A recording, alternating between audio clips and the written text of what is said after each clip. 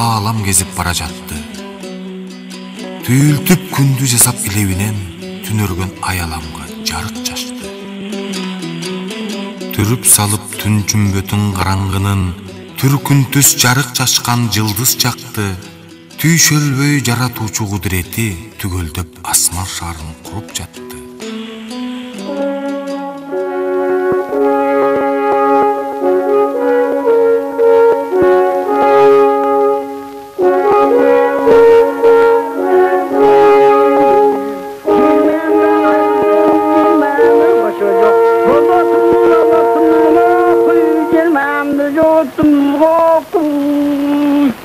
Şöyle seni çalırdığına çalı melekime gezdi. Onda bakın. Aleykümselam melekime bağlam. Jalpağır köç karanlar başının altın nokta var. Bugün gelmeyandan ayrıldım bağlam. Gelmeyan sırasan namazdan kalkan malele. 95 asıl çağırdı, uçamamaz ölgündü. Gözün yaşın irgizip, tügü algan gelmeyen. Öyle turbayı yokurup, tügü algan gelmeyen. Gözüden yolup çöp verip, gönüp su verip. Aytkanına gönüdü, az uzun yurtqa tegizbey. Ağlamat жақшысын oy veredi. Kızılın öçüp ögünden, kıyın gündü görgönde, oşondu tartı versengçi. Mından görün havake batırın bana zöldü de, dibine batan bugüne gelsin. Bora geldi. Maniker verirsen bulgünde, maktanıp kalma kalbaybı, akkıla çavdarımız vuracak, anam tartıp albaybı, şunu uzuna girgen son, kızık tügünde salbaybı, kıcıldagan itmancı, kızılın çokup kalbaybı, törün dönüp basbaybı, törüne kuduk kasbaybı, törüne kamçı çapbaybı, törtülük malım şaşbaybı, törülür samat elçilip, peşine mühürün takbaybı, sulu uzayıp koynuna, soğuk kolun salbaybı, özgörsün dep dilindi, özünün dilin tanbaybı, tik baktırбай mancığa, tilingdi baylap salbaybı, agayran kırgız hacıldap, dimele kalmakta söylep kalbay. Tağınganın çem bulgun, talayın elge gen bulgun. Sınaşam degen erlerden sıymığı senden gen bulgun. Alışkan neçen düşmandır jeken aldına gelip gen bulgun. Yencil kışın sen çavar.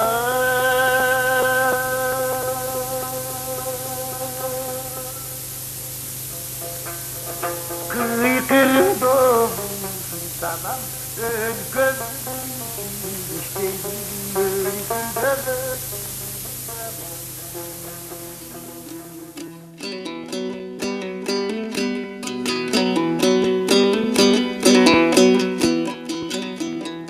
Til сүрөттөйт келечектин аянын, тил сүйлөгөн карт тарыхтын баянын, тил жасаган жараткандын ааламын, тил камтыган башын жана аягын.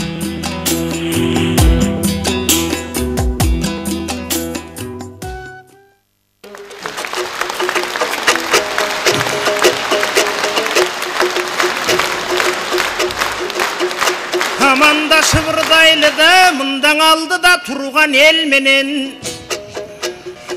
Elmirbektin toyuna kara çinger gigen jurtumdoy geldeleң.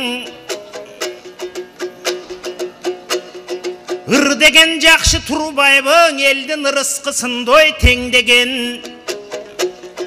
Башынан қырғыз тарихтан еминелерді көрбөгөн. Өнер постору маңдайда, ал өнері менен дой төрлөгөн. Авалтан қалған өнерді, айкөлі үстін дастаны, күні түні талыбай қарачы күпілдетіп тоң айтқаны. Болбосо комузчулары чыгышып, комуздун кылын тергени комуздан капкактой такканы. Айтылып келген авалтан булак калпак элдин дой дастаны. Бүгүн чогулуп келдиң алдыңа калкын чолпондой элдин дой жаштары. Ыр менен турсун жайылып карачың ырыстууң элдин дой тасмалы. Дал ошол тасмалы үнүндө мынан ыр менен болсун дой акнана. Эргиген журтумай куш келдиң а, бүгүн Элмирбек ырын не баштады.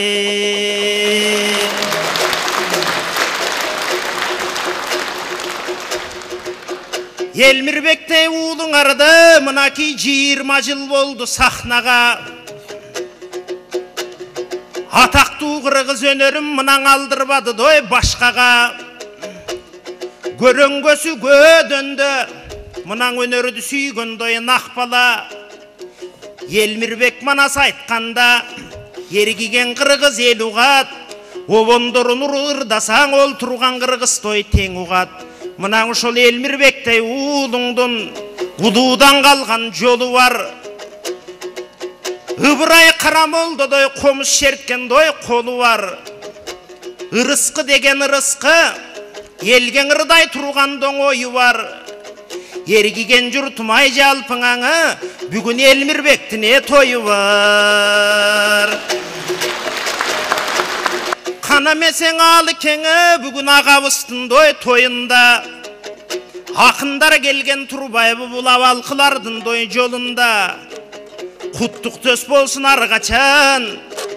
Ырдап кой кыргыз калкыңа, бүгүн эмилелер бар оюңда. Токтогулдун комузу карачы таңшып турат той колуңда. Тере берген кылдарын, досум кага берген капкагын. Сен дагың айтчу кес келген нечен өнөр постордун дой дастанын. Анда бакылдатып өнөрдү, баштагынан алы баштагын.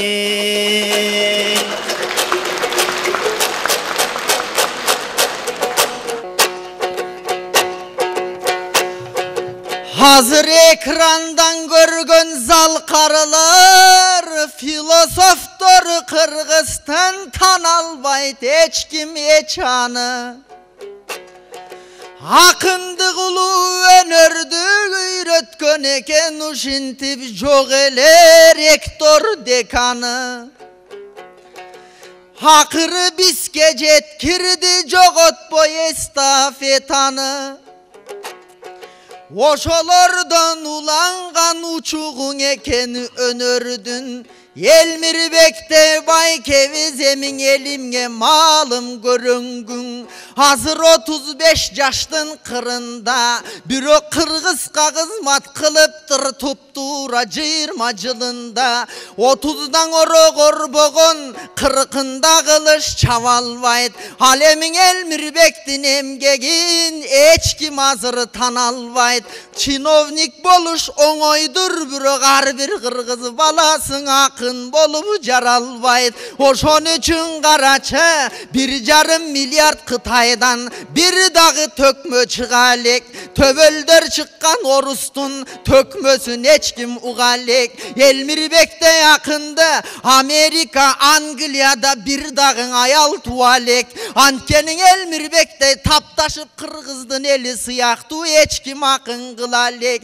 Demek Kırgız baktılı el tura talantların bağlagan, talantın mintip kalagan peyli dağı gen tura. Aylanayın Kırgızım akındarın bar önür post demek telege yeri teng tura. Kırgız degen el geldi, karısı yaşı teng geldi. Elmirbek başta baldarga tuş taraftan dem berbe. Alemin Elmirbek'e bağ verem men akın bolsam da yaşırak. Ankeni bar vıstın içi visten aksakal Elmir başırak. Elmirbek'ti men bir kitepken okşotom can elen okup bütsön mına kayra bir barak açılat. Oşon üçün Elmirbek'te talanttın alakan çap şatırap. Ağayın tuğan el gütöt, karısı yaşı ten gütöt. Elmirbek'te akında bütele Kırgız deysin be. Tiyakta kazak göp gütöt. Elmirbek akın gel atat, enişet hazır dep gütöt. Kazaktın dalay akının, cenişet hazır dep gütöt. Andemese karaçı komuzun karmap koluna. Elmirbek tolgo öyle jürgön jok.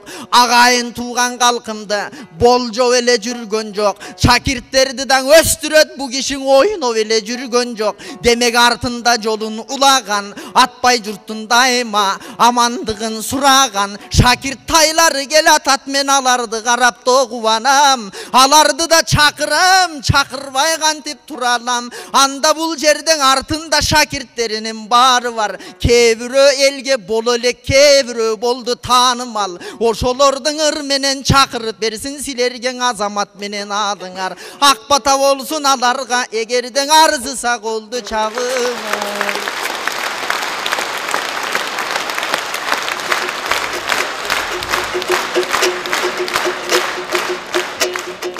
Ардақтуң иним баянымды бүгін ағайын жұртты қарағын, ел алдындан ырдағын авалқың алым құлдын аванын. Ақбатаң ал Қырғызстан бүгін айтқанға сөзді жарағын, Елмірбектің тойында баян елге айтылсын саламың.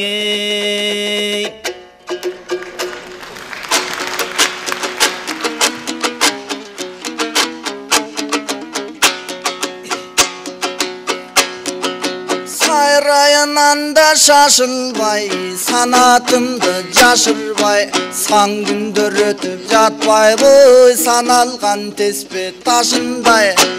Hazır biz taban albayбыз, Арыстанбек ақындай, жергемде қайра жаралбас, жеңі жоқ айтқан ақылдай.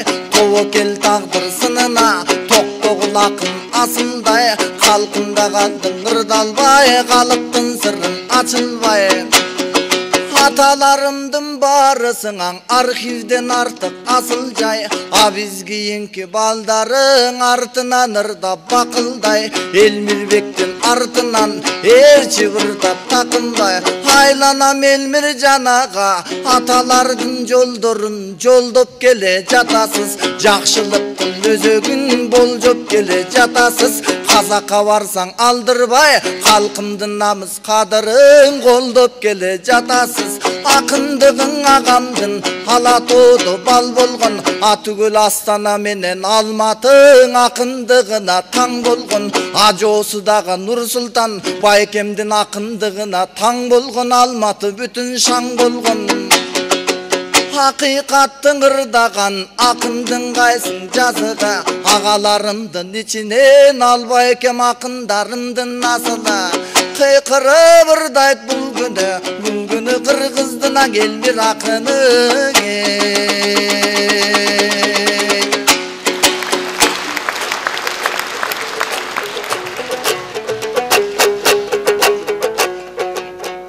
Keçoşon alım kulatam ötkөндөн, Исмайыл қошып ырдаған. Исмакемден ұққанда бору таштағың ыйлаған. Айланып классикаға ал өнөр жашайт қыйладан. Ырысту элди сүйінтіп, Исмакем овонун тирилтип, ырдасын Қадырбек деген бір бала.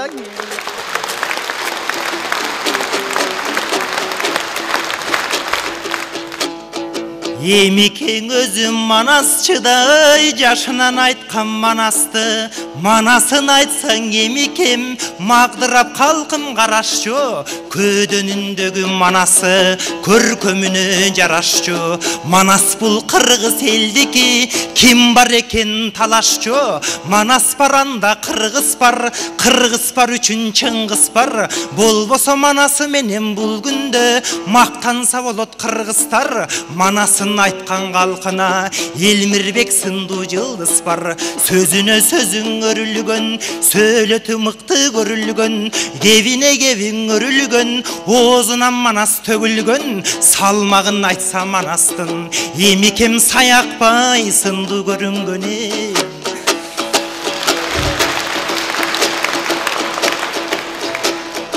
Улап пиргеле жатпай быдай, манасчылык той кемесин. Аргачан байкең аргачан атабыз манас баянын калкыңа айтып келесиң. Болбосо чагылдырат сөйлөтүң кечеги Сагынбайдын элесин. Сагынбай менен Саякбай залкарлар эле кечеги, алардын жолун жолдогон Эмикем болдуң этеге. Болбосо жашынан түшкөн Эмикем күлүктөр түшчүң агымга, мускасын алып көп жүрдү кече Назар Кулур Кашчанында. Заманы ыстым буйруса, Эмикем залкарлардын сабындаң.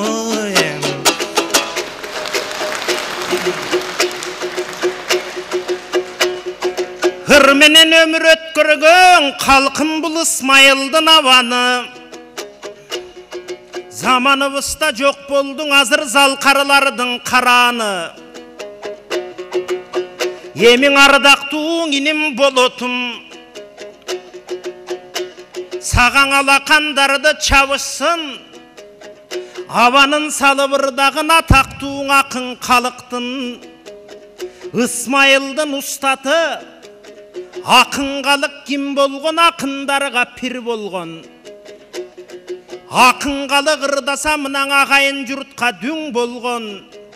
Өзіңдей болған балдары, қолына қомыс қармады. Ырдап қойғалы қабаным бұлыты разы болсын арбағың.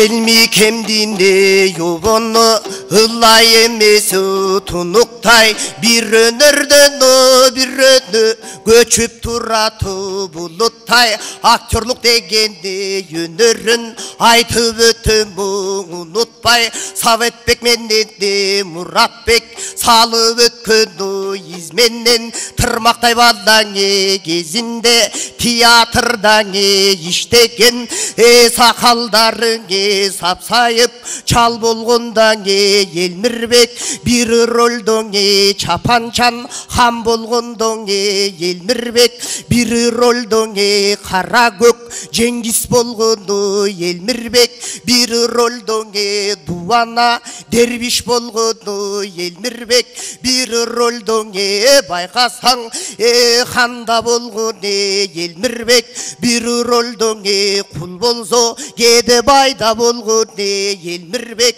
Қырғызстан ошоле маңдайға пайда болғын Элмирбек текеру темберре шумқарда қанат еле бұлыты тарыған туяғы чулыңе тұлпарда тумандай таламы чаңынан актерлік дегенде өнірді арбын екенді көріргі тоқтоғылдың ойнысы толғын ел келгенде көріргі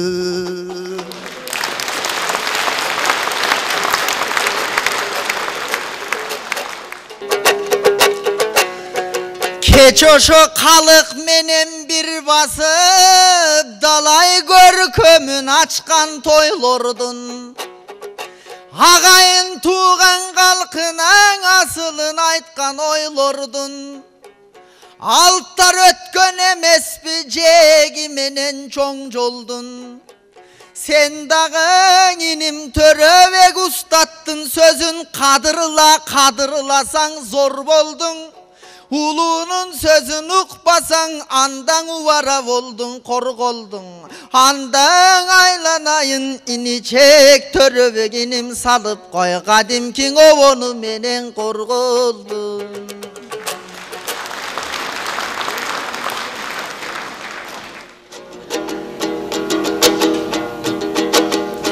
Ey sаңдан тыш жыл кечени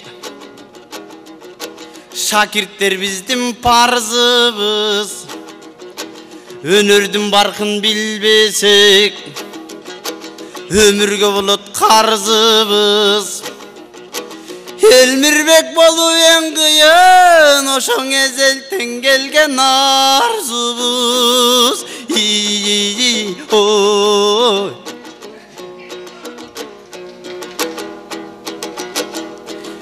Эң ардактың устат Элмирбек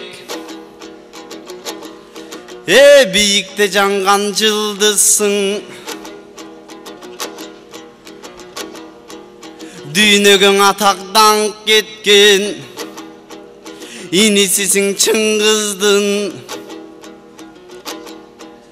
Кызыл туусун көтөргөн Ошол намысысың Кыргыздын Ой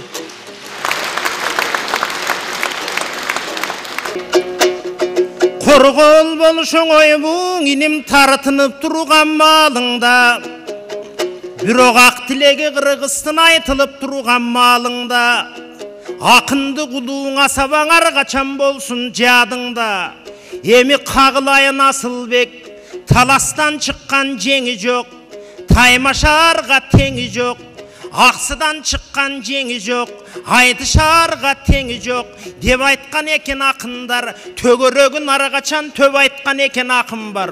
Ұлы ақындының аванын сенен ырдағанған ақын бар.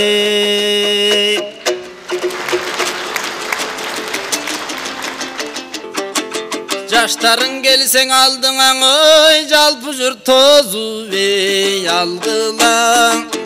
Балдарың келсең алдыңа, бапырап тозу алғыла. Шакирттері болсоқ та, жалпыбыз келіп толсоқ та, жандатпай тұрған ағабыз, ел ішінден аруақ, айың ардақтай тұрған ағабыз. Айтышқа түссең аруақтан алдатпай тұрған ағабыз. Алтымыш аким берсе да, алмашпай тұрған ағабыз. Бүрі айтты манасчы, Элмирбектей залқарың, көкмөдағың ақында, жазмадағың ақында. Том-томдоғын ырлар бар, тоғылығы шол башында. Çoğultsan egel ırların, çoğun gitep bolot жақында. Айтматовтай болсом деп, алып сөз жазып қойсом деп, Байдылдадай болсом деп, Баранду жазып қойсом деп, Тілеп жүрген уағы, болбоса Сүйінбай менен Сооронбай, Төлөгөн менен Түгөлбай, Аталардын чоң жолун улантып жазып келатат. Поэзия күйөрмандарын кубантып жазып келатат. Эми Тоғул булуң аталган Тоқтоғулдун урпагы, толық қырғыз халқына топ жарып нечен чурқады. Ел бұлбұлың аталған Ешмамбеттің ұрпағы, ермек болып еліне ечен жолу чурқады. Ала тоның борынан ыр бұлағын ұртады. Есен болсын деп тілейм елімден Элмирбектей тұлпар-ой.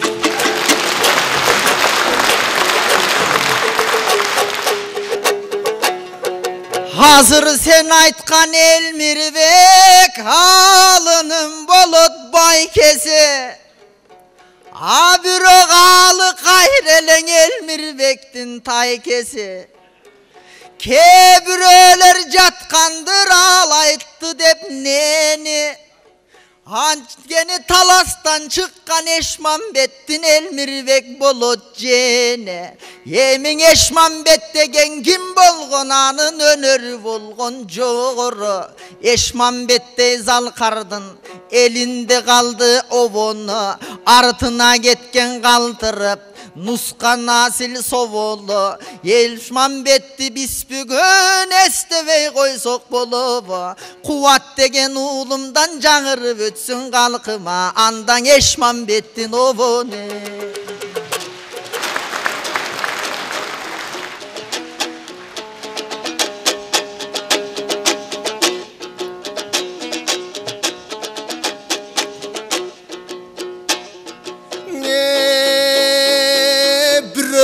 Qarab oltursam Elmirbek'te ağaydın akın dep aytıp öttüңөр. Büröңdü qarab oltursam aktörlük kaŋal özü jakın dep aytıp öttüңөр. Çoң banasçın Elmirbek uşul asıl dep aytıp töktüңөр. Ovonçuluk jagı var uşunun unutup kettiңер. Ovonçuluk jagında bulbulum dep ırdasa bulbulday bolup bostogon. Aruzattın ırdasa süyünün jayın koskogon. Munarım dep ırdasa munarıp barıp toktogon. Ovondu jassa emiken anı bir kırgız eleken. Oy dünyada iki geni var al Einstein menen emikem. Oy kağılayın tuğandar. Aldında жүрüp batanın aşıralın atanın alıp kalgan depterin. Estevestey atamdın estev aytat kepterin. Tuğan bayday atamdın camınıp kalgan çepkenin. Kulak gözün aç bistey bulaktın koluna alıp getmenin. Emin Elmirbek bayke geliniz esteke olup beriniz. Ağayım elge geliniz aşıke olup da beriniz. Tuş bolu belge geliniz tuğan bay olup geliniz. Sizdey olgun halkımdı sağınıp kaldık emiviz. Elmirbek baykem kaşımda uşul el uğulun Elmir geliniz.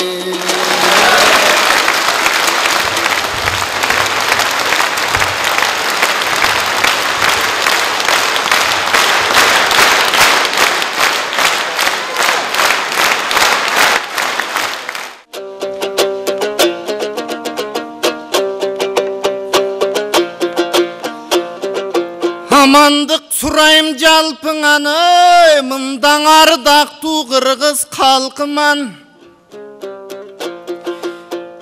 Geçen aşıralı tuğan bay, aytılığın akın estebe satalardın artınan. Talimin alıp geleviz taygılbay önür saltınan.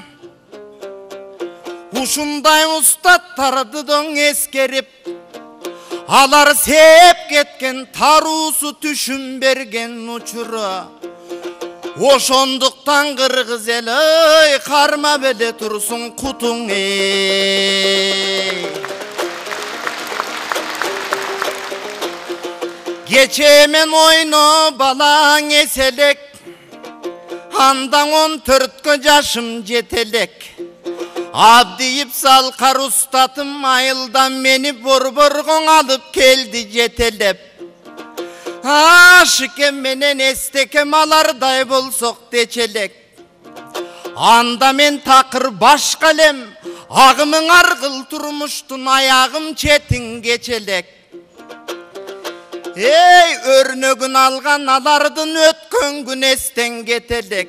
Elinde kalıp sözleri, erçişip kana gettin özdörün oy attın esildir bizden çekelebi.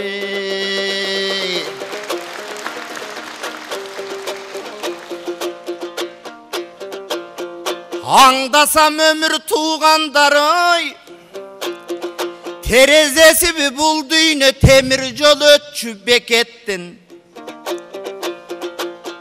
Jen artığın ömür aldığın ayağı bütböz gezektin. Jıltırap gözüm açılgan 20 yıldı sanasam, mendele bir çetinde jürümün gezektin. Turmuşunda da kalbırga 12.745 gündün elettim. Oylosomda tuğandar can düğüne mingen örülgün, jaşonu sezem özümdün. Bir uçun canı tolordu, bir uçtan şırdep tögülgün. Azgırma jaşon arıştayt, ulam artçağı kızık görüngün. Sustayıvı jobun tavalbay, uşu surağım gelet elimden. Ha mına kanatım bolgon canımda, sanatım bolgon canımda. Örnögün alıp ulunun östürüp kelgen karaçı. Aşık emmenen tukamdın, este yatanın. Toluktay turgan katarın, canımda turup jaynagan. Jaştardın aytıp jatamın, en akıbeti bolsoken. Ak kalpak kırgız yurtunun, silerge bergen batanın. Önörlüң el bolot, önörsüz el gem bolot. Ölük menen teң bolot, önördün tuğsun karmagan. Özgöçö mında baldardın, önörünü taŋgalam. Taŋgalbagan barbadam, aytışka çıksa kaçırıp. Aktаңдай tilim bezegen, oşonun barın oydoğu. Jakşılık bolur boljoda, antkeni dayım uşul bir. Karanık mına kaldaygan, kalkıma tazim kılabız. Kalk ukkandın uğabız, kalkçıl dese cılabız. Uşunday gündün oylosam, ey men devey menin daregim. Memekende veldin karegen, aytırıy uyala veldin jürögün. Kokus kars etse kayın göçöңdö, kavırga möңdü bilemin. Argaçandan el menen aralaş bolsa jürögüm. Emin öyde çıksam övögüm, ıldıy düşsem jölögüm. Bardık uşu baldardı canlı etimdeydi görömün. Jakşılık bolsun, ır bolsun. Eң negizgisi tuğandar, tolkundap bugün turamın. Jakşılık degen nersenin jalpısın tыңşap kulağım. Bayratan beri gel atkan manastın eli var bolsun. Sizlerge baş iyip kulduğuramın.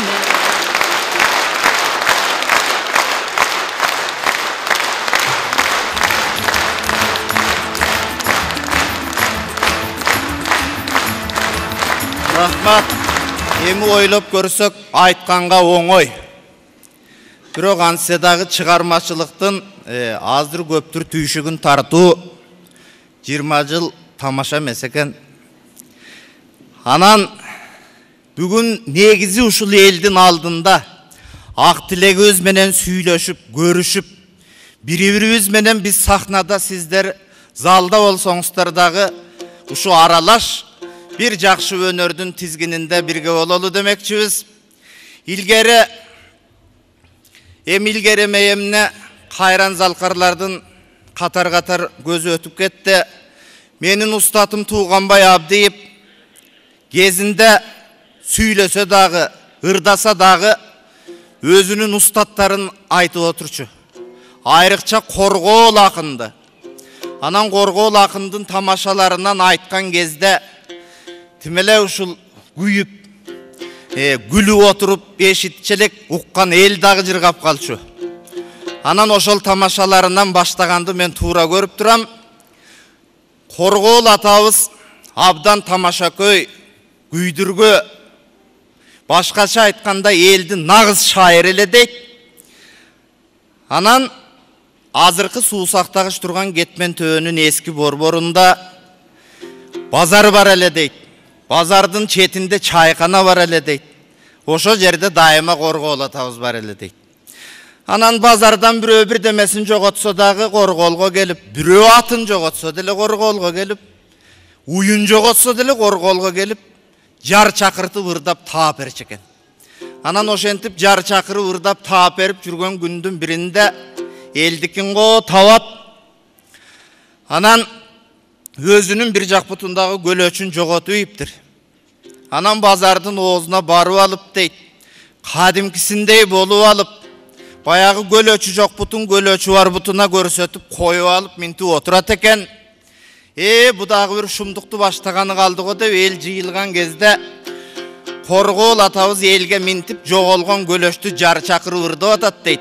Көлөч дагы ал убакта Анжияндан, Намангандан алып келип, айрылса жамап кийип жүргөн согуштан кийинки каатчылык учур экен, анан ырдайт да.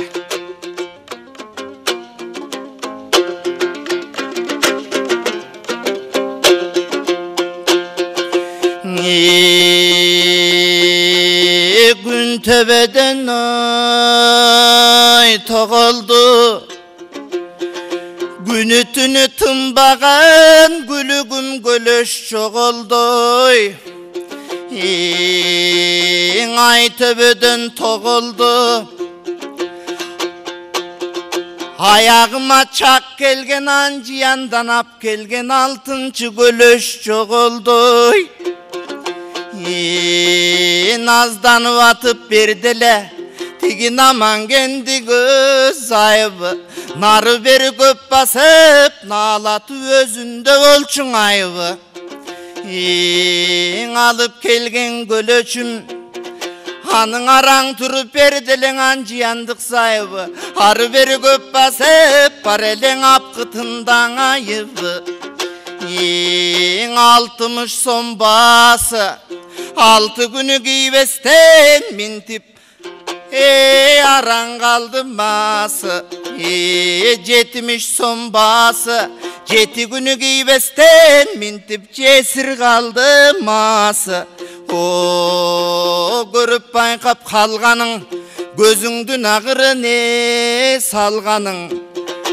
Korgolgo gelip ergile kokustan tav alganın dep jar çakırıp ырдап atsa, eldin arasından bir gelin geletat deyt, kölöçtün bir tügöyün koluna karmap algan.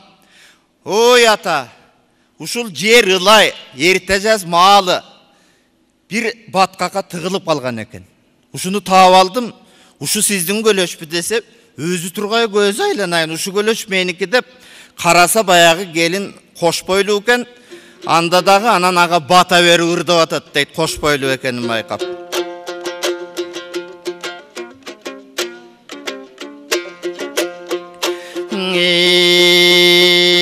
Bara keldin oy gelinim, baykadım bar okşoybu jelinin.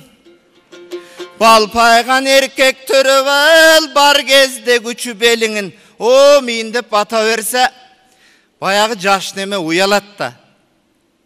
El daralap başın jaşırıp aldına kölöçtü, ırgıtı uyu alıp kaçtı deyt. Anda bayağı jogolgon kölöçün aldına koyup alıp, минтип көлөчү менен урушуп ырдап атат дейт.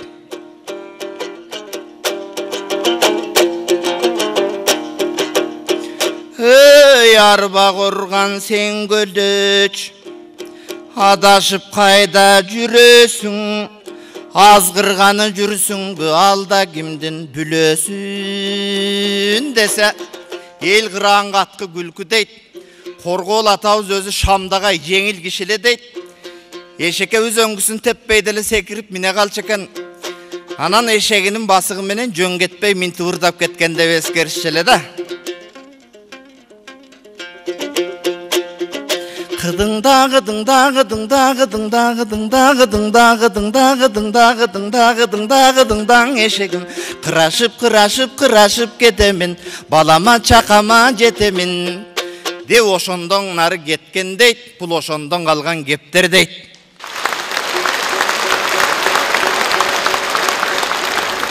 Айта кете турган сөз эми биз мына ушу жерде акындар, шакирттерим, инилерим отурат. Казак кыргыз менен көп беттешип айтышып калабыз. Кээде курч айтыштар болот. Кээде ушундай башкача арткыр айтыштар болот. Бирок биз баягы бири-бирибиздин ырларыбызды казак кыргыз эли эгиз эл болгондон кийин ырдап жүрөбүз. Алардын мен көргөндөн кадимки Ашыкем устатыбыздын ырларын казак эли көкүрөгүндө тим эле өчпөс тамгалар менен жазып алганда, анан бизде дагы ушундай болуп ырдалып жүргөн ырлардан казакта акан сери деген өткөн. Азыр ушул Астана турган жерден 60 чакырым жерде Жыланды деген айыл бар. Ошо жерде кыргыз айыл бар. 300 түтүндөй кыргыз бир 30-жылдардын эле тегерегинде болгон экен. Азыр дагы көбөйсө керек. Ошо жерде акан серинин жашап өткөн жери, акан сери Балгадыйша деген кызга ашык болуп, бирок тагдыр экөөнүн жолун кошпойт. Ошондо бир ырдаган ыры бар. Балгадыйша деп айтылат. Балгадыйша бул акан серинин ашыгы. Ошол ырды ырдап берейин.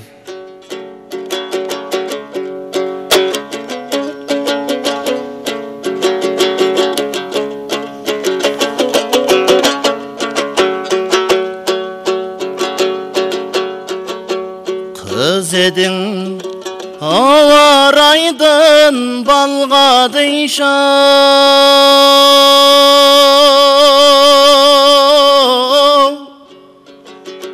ezildi örley ösken aşırkın Talgadыйша vay.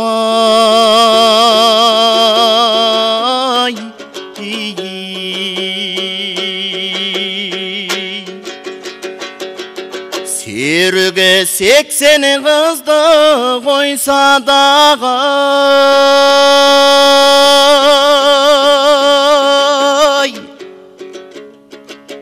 işinde karabasın aşırkın Xangadыйша vay.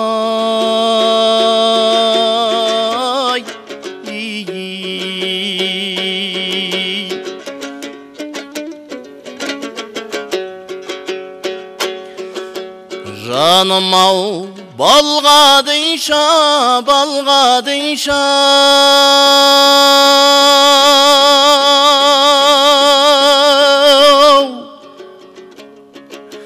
buralgan belin nazik aşırkın Talgadыйша vay.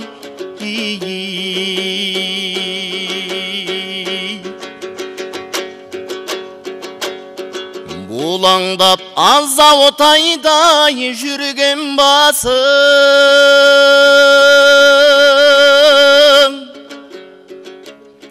болдың ау қандай жаңғай ашыркин Жаргадыйша vay.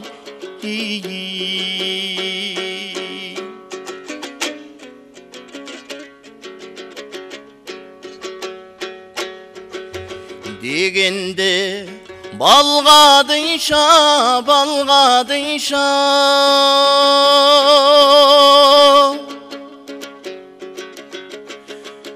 Kuyövün 85'tey Aşırkın şalgadın şavay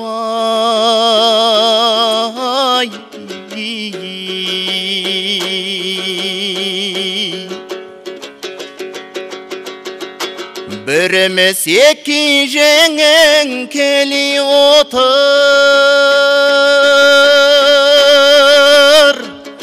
Ruhsat bizden sizge Aşırkın bargadın şavay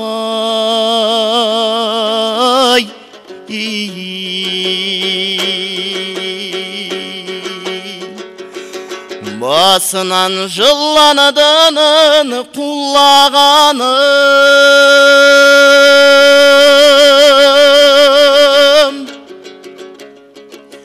Kökülün kulla gerdin Aşırkın sıllağanım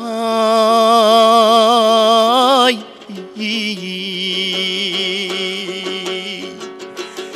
Gitti de balgadın şah istegende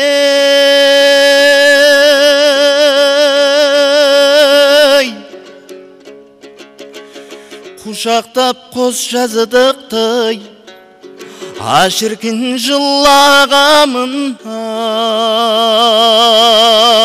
ay Gitti de balgadın şav istegende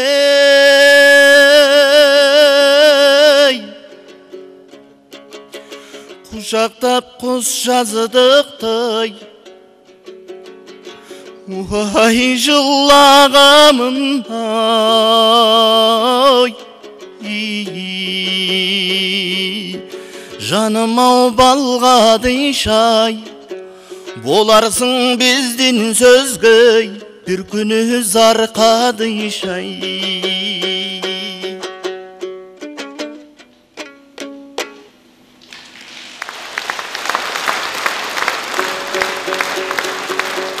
Rahmat, emi oylongonda dağı eki eldin birdey. Ушундай bir ойлонгону шумдукта эмне деген гана генчтер, эмне деген гана мурастар калган жок. Айрыкча эстебес атабыз Токтогул Алымкул мына ушул аксакалдарды оозунан түшүрчү эмес. Токтогул атабыздын карылык жөнүндө ырдаганын балдарга насаат үлгү катары ырдап кеткенин биз ушул Эстекем Тууганбай Ашыкем аталарыбыздан уктук. Ошо Токтогул атабыз 70 жаш таяп барып калган кезинде, анча-мынча карып калган кезинде комузга кол ойнотуп чээритип, анан азыраак арман кылып, мындай да ырдачу экен да карылыкты.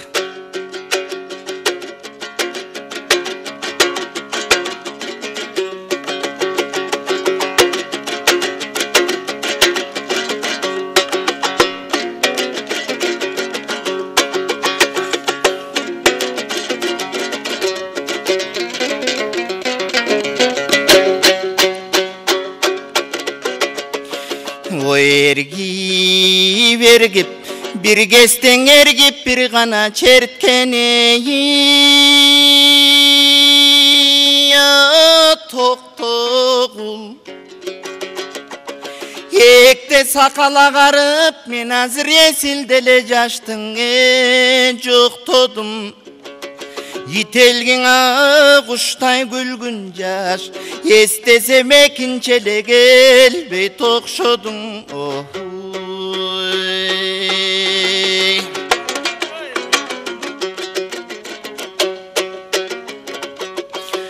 Bir kezde gayrıp bir gana çertkene ya Toktogul Kara sakalak bolup men azır gayran dele jaştın joktodum Karçıgana kuştay gülgün jaş kaygırsam gayra dele gelbey tokşodum oh.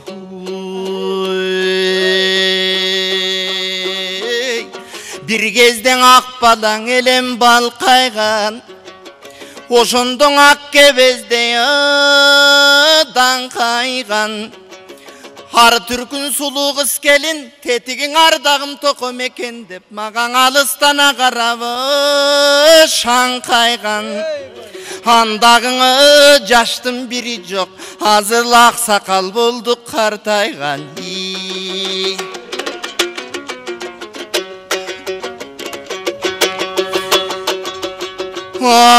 алтын жаштын барында тимелең ак үйгө жакканы шам элем адырдаган агырчыны тал элем ак жибек кийген селкилер ары тур десе болбостон асылып бир сөз айтчу бал элем андагы жаштын бири жок азыр адырдан оттоп мал болдум агала сакал чал болдум баягы ак жибек кийген селкинин алтымыштан бирөө жок түгүл алганым таппай зар болдум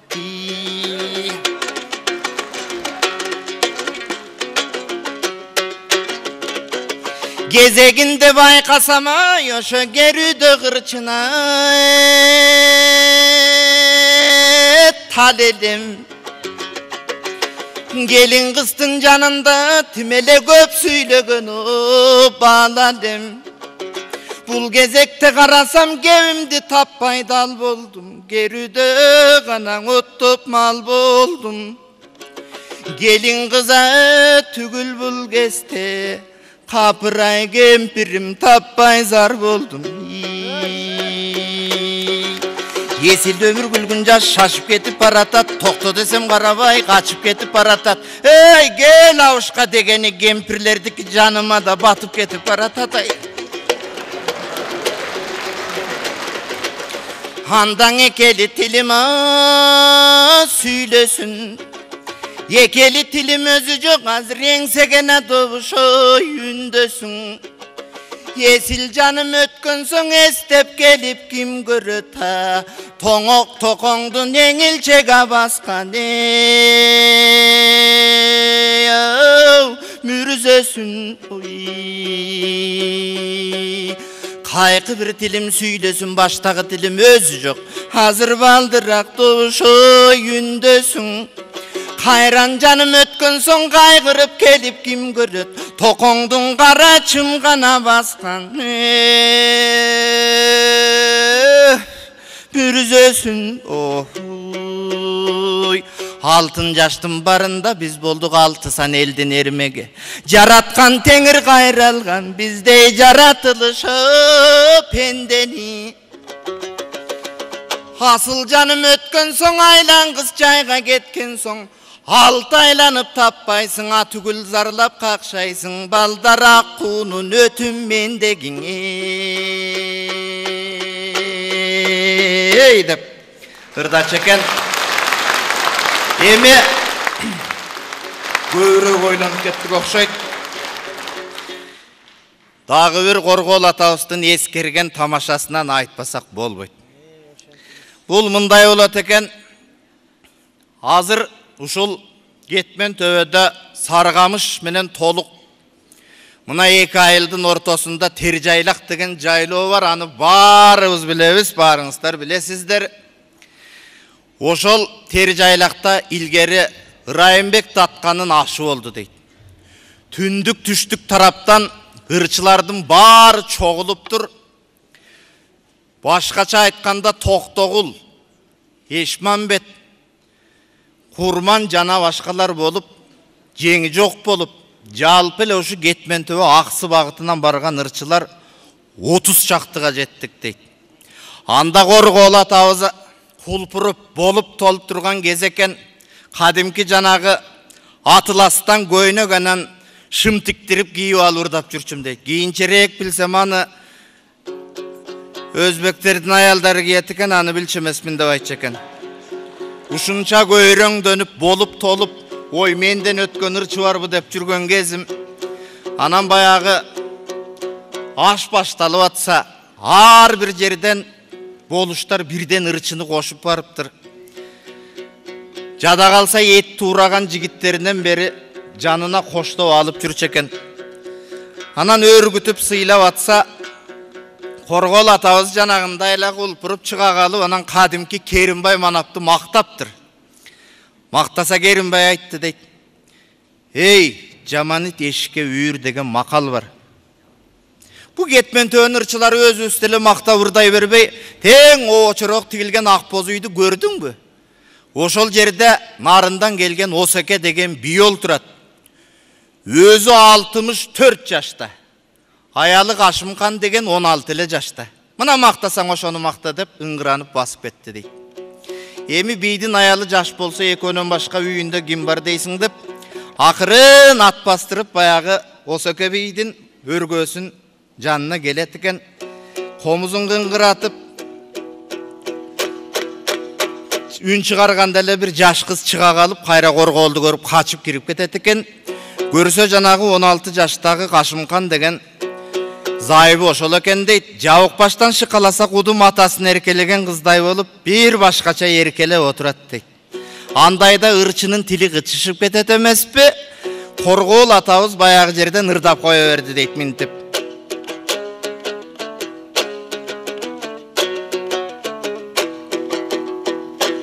Эң аккайын кара тал болду, ак марал эле мал болду. 60 ашып Осекең алганын Кашымхан болду. Кулан өк аткан таң болду. Куюнда барты чаң болду. Куудай сакалагыңда, кубушуп ойноп жаныңда. Сенин курдашың Кашымхан болду. Каройдун ичи кар болду. Карайла барты чаң болду. Карылык каршы жетерде. Кара жаның кетерде. Осеке Кашымхан сага бар болду.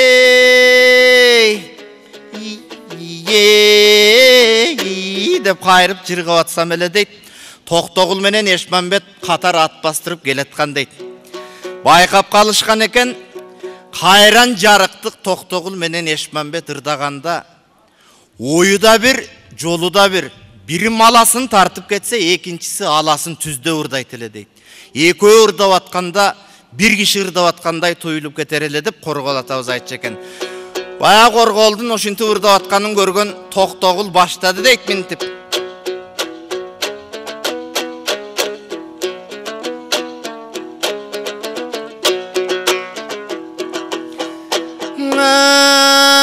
Балам Коргол билбейсиң, башаламан сүйлөйсүң, пер кызындай буралган береги Кашымханды ким дейсиң десең Эшмамбет.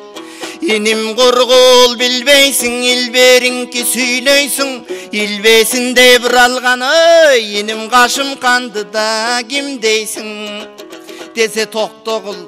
Алам деп жемин жайланган Осекең акшум кар көктөң айланган. Аргасыздын айынан Кашымхан ак кептери буту байланган десең Эшмамбет. Көргөндө жемин жайланган Осеке көкшум кар көктөң айланган. Көр дүнүйө курусун Кашымхан көгүчкөн буту байланган десе Токтогул. Кымызга кошкон шекерсиң, кыйыткан сөздү сезерсиң, кыялың эрмек Кашымхан. Эми кыйналып жүрүп өтөрсүң десең Эшмамбет. Самалга кошкон шекерсиң, санада сөздү сезерсиң, самалы кермек Кашымхан. Ой, кантели саргайып жүрүп өтөрсүң деп экөө Кашымхандын тагдырын айтып ырдап калды дейт. Аңгыча Токтогулга жакын тууган болуп кеткен Кулуке деген ырчы болгон экен. Кулуке деген өзү аябай олбурлуу, чоң. Коргол атабыз айтчу экен, ушу эгер силердин таразаңарга тартса бир 160тан ары кетет эле деп. Анан өмүр бою ат көтөрө албай өгүз минип жүрүп өткөн экен. Анан кийин өгүзү минип булкунуп, анан үнү жакшы чыкчы эмес экен, кышылдап, кырылдап. Орой башы токтобой минтип калтылдап турчу дейт, дайыма сүйлөгөндө деле, ырдаганда деле. Анан Кулуке калтыр баштап койчу экен. ел оозунда макал болуп таркап кеткен дейт, калтыр башкулук деп. Анан өзү оройлугун ушундан көрүңүздөр, айтышып аткан ырчысын жеңилип баратса, ошо жерден эле баса калып былчылдатып саба берчү экен. Анан эле коркуп элдин баары айтышчы эмес экен. Анан ошо кулукка жада калса Кудайды да тилдебейчи дейт. Мени кыйылдатып, ушу эшекке берген үндү менден аяган Кудайды деп сөкчү экен. Анан ошол ар жактан келип калды дейт, тиги Кашым каңгырдап аткан устугут.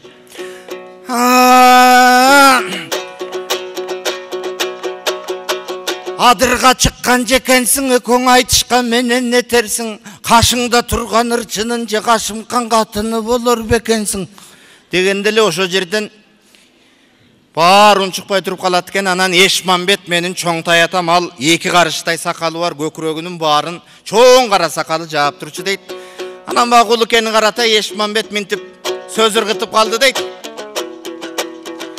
Эл оозундан айтылып макал болдуң Кулукен, эскиси жетип жыртылган чапан болдуң Кулуке. Эл оозундан айтылып эктеги кыркылган ошо сакал эле болдуң Кулуке дегенде эле оозунан сөзүн жулуп алып эле ошо жерден эл оозунда айтылган макалыңды урайын, эгиңдеги 2 боо сакалыңды урайын, эткел айы баштанган өзүңдү урдум Эшмамбет, эгиңдеги 2 боо чөбүңдү урдум Эшмамбет деп эле аны токтотту дейт. Анан токтогула айтыптыр. Айланайын, алда кыр болчу эле. Кичине сый-сыпат менен ырдабайсыңарбы десе, баягы жерден токтогулду көздөй атырылып жөнөдү дейт. Эмине сөзүм укпайсың, сен Эшмамбет жакка ыктайсың, биртке бүткөн жаның бар, бир муштумдан чыкпайсың. Ачуум менен бир койсом 6 күн кечке уктайсың. Сен 9 жыл шыбыр айдалып тобомо шүгүр дегенсиң, 9 күн ачка калганда доңуздун этин жегенсиң. 6 жылың айдалып Аллама шүгүр дегенсиң, 6 күн ачка калганда аюнунда этин жегенсиң. 2 жыл жол жүрүп эме шүгүр дегенсиң, 2 күн ачка калганда ким билет эшектин да этин жегенсиң. Акшы вакты токту жейт, айткан током бокту жейт деп аны какты. Эми токтогулду каккандан кийин башкабыздын эмнебиз калды деп турганда, обочодон алдына карагашка атты минген, башына сүлөөсүн тебетей кийген бирөө келатат дейт. Баягы ашты башкарып жүргөн Байзак деген болуш окшойт. Балей басып, бул залим киши эле. Осекеби идин боз үйүн ороп калган турбайсыңарбы деп, бизди көгөнгө байлатып сабап жүрбөсүн деп корголатабыз, коркуу ат тушамыш болуп калыптыр. Токтогул менен Эшмамбет бышып калган кишилер айдоо сүргүндө. Алар тике карап турат дейт. Тигил болса карагашкасын алкынтып мырза жүрүш менен келатат дейт. Мырза жүрүш деп ал убакта баягы аттын тизгинин билегине 1-2 чалы ороп, оозун тарта бастырса, ат чакчаңдап басат. Мына ошентип мырзалар анан манаптар жүргөнгө уруксат экен да. Анан баягыл жерден оң жагындагы эл деле учурашат дейт, сол жагындагы эл деле жол бошотуп эле минтип калат дейт жанагы кишиге. Анан бир маалда биз болуш деп ойлогон жанагы киши мырза минтип аттын үстүнөн эле кетмен төбөн ырчыларын минтип эле каптап ырдап келатат дейт.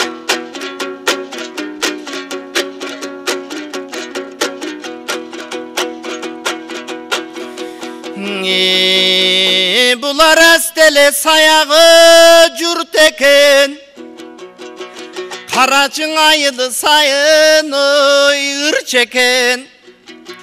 Айылдан кишиң өткөрбөй бар элең абылда бүрүп турч экен. Айылда менден бөлөк ырчы жок, аз деле жумгалатын чекен. Буларың түн катар түнтөй журт экен, көрчү түтүнү сайына ырч экен. Түтүндөн кишиң өткөрбөй бар эле түрүлүп үрүп турч экен. Түтүндө менден бөлөк ырчы жок, түбүнөн жумгалатын чекен. Ой, Babırlar, babıraşkan javırlar, ayaldарын uçkaştırıp bular ayıldaşıp dağırдар. O sokenin boz üyün orov algan turbaybı, 30'dayı birigip torov algan turbaybı. Kişisinen ırçı köp kim görüp turmundaydı. Eşke çıkıp bulardı görböysün bu soke. Kalgan katkan sök bolsa, kavıştırбай itterge bölböysün bu soke. De öyle gelip kaldı deydi. Baleva sırıdele tügöndü, özü dağı jetip geldi deydi. Bir malda toqtoğul bayağı жерден eşterse devey turuluk kucaktaşı ökö övüşüp görüşüp kaldı deydi kucaktaşı şunday. Anan emi toqtoğul ünde ögöndeyin başka uska mine dep açuğuz gelse de unçukpay turup kaldık deydi. Eşmanbet sal opdulup жооп kılayın dese toqtoğul tıyıp koydu deydi başını çayqap. Angıça bağı kuluke var emespi kaltırbaş. Al koy dese bolboy bulkunup bukası minip julkunup karalaman eldi itke tenge vırdagan ata babаңды senin. Oy aylanayın jürt. O miyinde öyle koygula uşu жерден muzdap bereyin dep jüröt deydi. Anan keyin bayağı жерден kuyruçuk toptaylanıp kaçıp jüröt deydi. Tigil ögüzü menen arkasından lekildetip jelip kuup jüröt deydi. Anan atka ögüz jetpeydi da. Ayla жоқ артынан minti ырдап атат deydi. Kazandağı kırmıcık kazıp jedin tırmışıp halktın bari nitteysin kankıldagan kuyruçuk apan kırgan kırmıcık asılıp jedin tırmışıp ayıldın bari nitteysin akıllı jarım kuyruçuk enen kırgan kırmıcık eңilip jedin tırmışıp eldin bari nittegen enеңdi kuyruçuk döyle girdi dödürögen kuyruçuk dökürsünüp süйлödün döbe jaktаңдыган özüң döböt bolup жүрбөгүн kadalangan kuyruçuk kakşık aytıp süйлödün kaşat jaktаңдыган özüң kançık bolup жүрбөгүn dep ayağın ayabay uyat sözlermenen girgende oşo jerde kuyruçuk aytты deydi. Oy toko özüң asıl kişisin. Munun bolsa jönele miyesi başına çaçırap çıkkan jindi turbayбы koy da dedi deydi. Koy da öyle kulukeni tosup kaldı deydi. Araң toktodu deydi tigi bolsa. Anan bir malda janagı boz üydögü Oseke biydin tak janına varıp boz üydün janına. Kuyruçuktun sözü ayabay ötümdü. Biy boluşuna birdey kadırı var eken deydi. Öy Oseke, emnele çükösün jogotkan baladay үйүңөн aylan çıktap çıkpay kaldın. Çıkpaysın mı degende Oseke ordundan turup gülü oturup anan çıktı deydi. Muna ol ırçını razı kılbasaң bolboyt dedi deydi. Degende Oseke bey çıkıp jigitlerine buyruk kılıptır. Biz minip gelgen attardın içinen jabdığı appak gümüş bolsun, özü kapkara jorgo bolsun. Oşonu tandap mingizgile dep, bayağı жерден kuluke kaltırbaşka jorgo mingizdi deydi. Ana munu korgol atabız özü giyinçeregile göz ötü ança mınça tamaşala orusça koşup da süylep koyчу экен. Oşentip başkabız tayal albay jursek kuluke nahaldanı at minip ketken dep. Rahmat. Göңül koygan.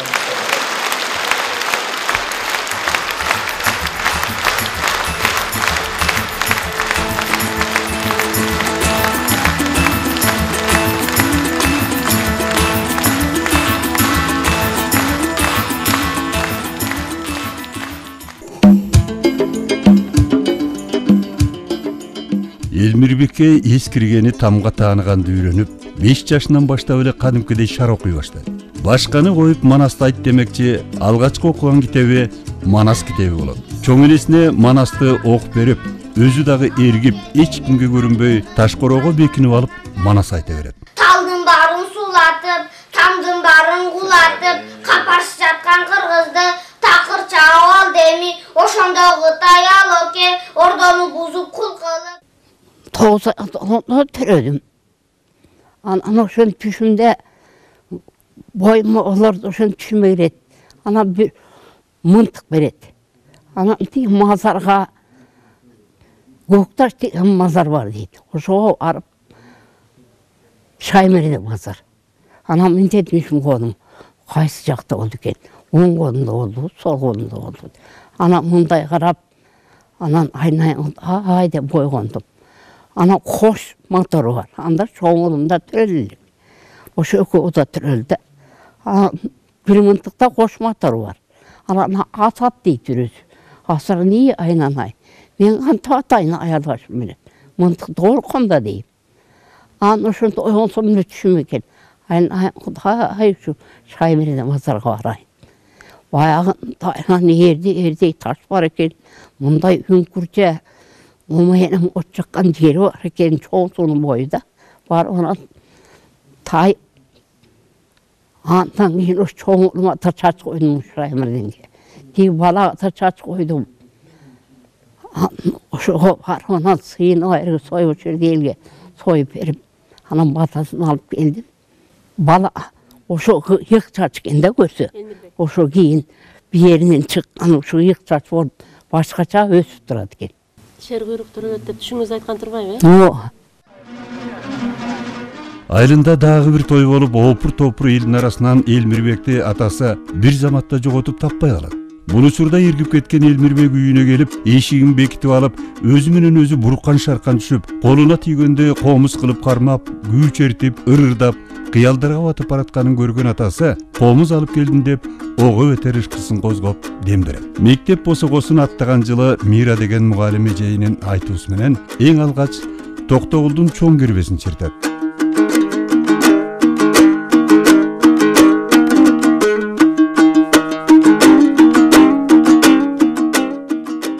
Ошентип күзгүнүн сыныгындай жылт эткен таланттын алгачкы учкундары көрүнүп, ар кандай кароо сынактарга катышып ыр жаза баштайт. 6-класска келгенде биринчи жолу жаттаган ырын комуз менен айтып чыгат. Эл алдына чыкканына эргип кеткен Элмирбек баягы жаттаган ырын калтырып, олтурган элди кошуп, кадимкидей эле төгү ырдап жиберет. Муну көргөн мугалимдер Элмирбектин көрүнгөсүнө таң беришип, ошондон тартып эл оозуна алынып баштайт.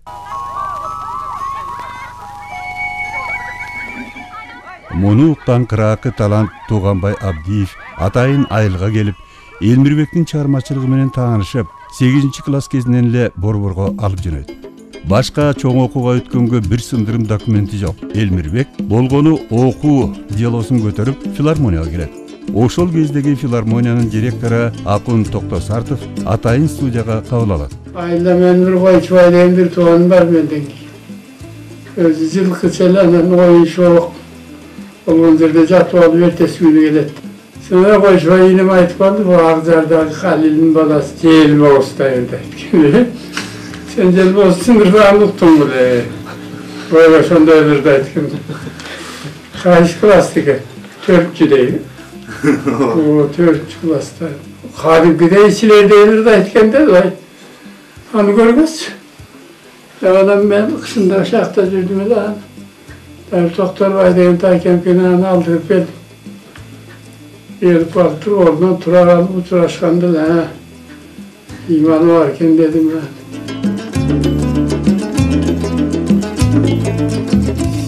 Элмирбек Иманалиев 1993-жылы 15 жашында республикалык айтыштын баш байгесин алып, сыйлыгына жорго менет.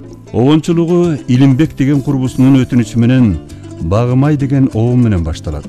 Бул обонту белгилүү композитор Сталбек Бактыгулов нотага түшүрүп, Элмирбектин обончулугуна шык берет.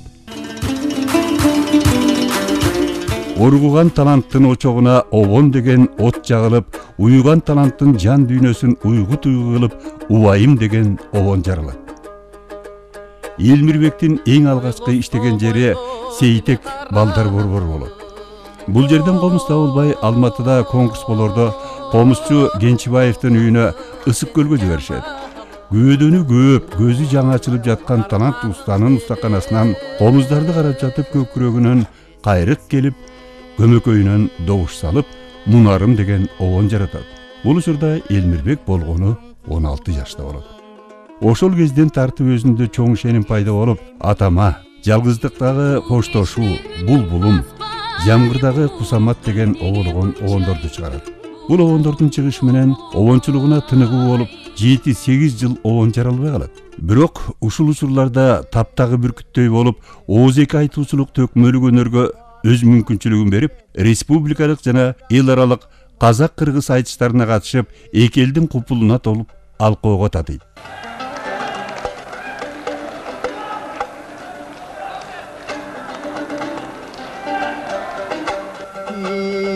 Jaraşkanın ay özündöy, gelişinde yan aynırım. Kıskandığın Taşkent'in cemisindey Aynur'um. Beri bir karap koysan şu 7 kavat cannattın perisindey Aynur'um ay. Hadi duy duy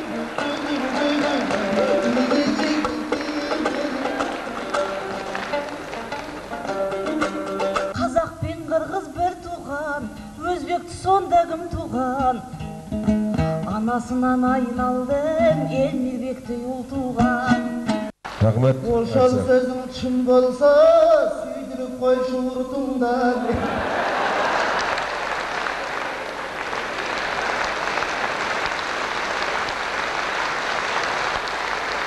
Tartıp jеп oturgam жоқ талқаныңды, егерде саған қатты тиісіп жатсам, деп ойлама қасымнан жау табылды. Ей, қызыл тілмен қақсам да қалқаныңды, қағып алып қалмаспын қалпағыңды. Анча-мынча бұл жерде туған келсе, ардағыңдан ұшындай борын келсе, қозғото бербесеңші шайтаныңды. Sen emez Қытай тартып алған мес башымда осы тұрған қалпағымдың.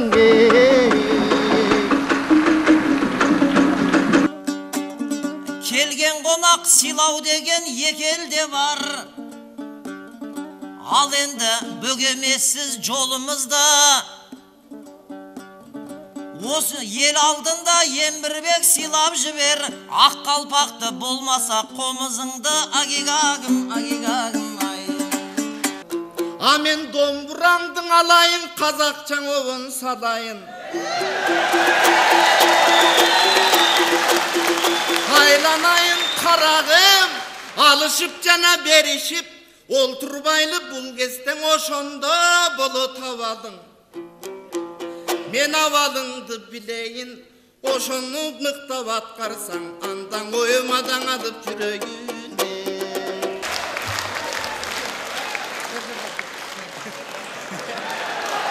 Қолдап сұрап тұрыңыздар, батты қонақтар, мұнакей, қазақ ақын мен қырғыз ақыны, қолындағы аспаптарын алмастырмакей. Естіп тұрмай? О, қырғызым! 21-ші ғасырда қырғыз саны қаптаған Қытайдан да көп болсын деп айғаяғы.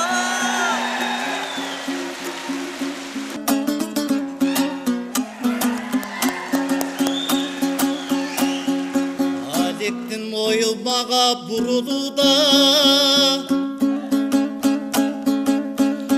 ақ тілі қомыз менен сұлылуда. Қолына күрегіңді қармап алды, қомызым қорболчудай тұйылудан әбігәгім, әбігәгім.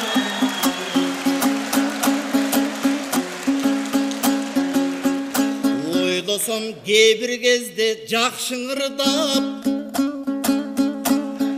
мұныңыз біразырақ тантық екен.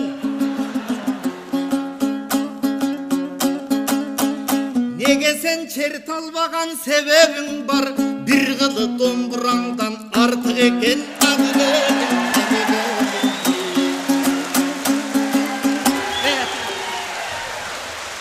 Barakende. Kol sağlar. Barakende. Barakende. Emmirbek İmanali. Alim. Berimizler.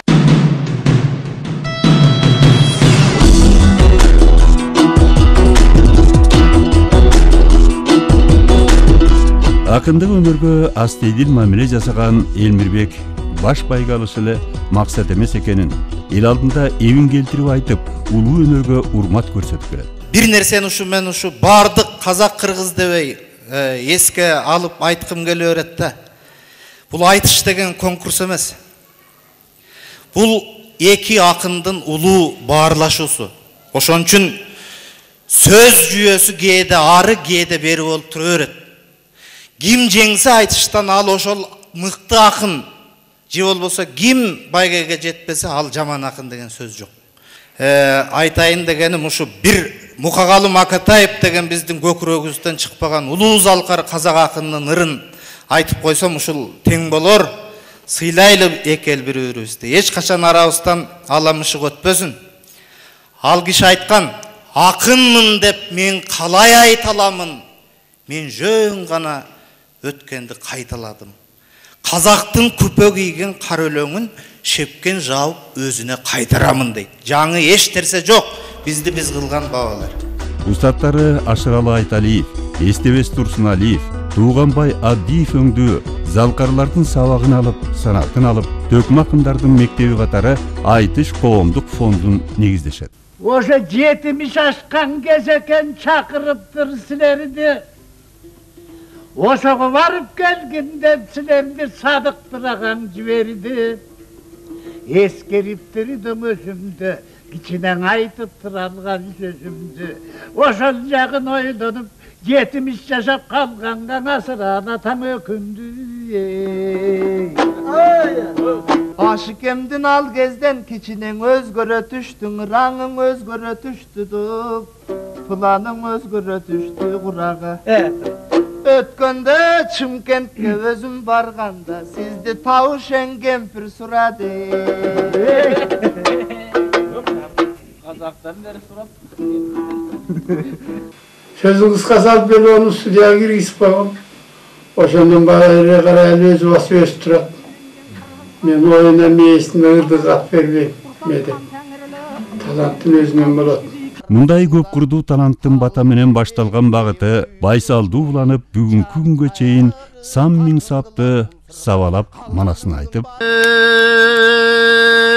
кече канду кыргын башталып, кандын жыты башарып, каркыралуу катына тул болгончо кыргыздын карындагы баласы кул болгончо кыргыздын Ат жалын тартып мингенден ак сакалдуу кары бар. Эй айланайын шыпшайдар, бая кара жойдун карчыгадан токтогон. Үркүп келген мал болсо үйүрүнө кошпогон. Көөнөрбөс көрөнгөнүн даанасын айтып даңа салап, дастан, терме санатырларын муунга өткөрүүгө далалат кылып келет. Бүгүн бирде күн батып, жылдыз толуу эл жатып. Эзелтен бери элдик салтка айланып калган жоктоо, арман ырларындагы жадынан чыгарбай жаңшаны ырдап келет. Айтайын гана сөздүнө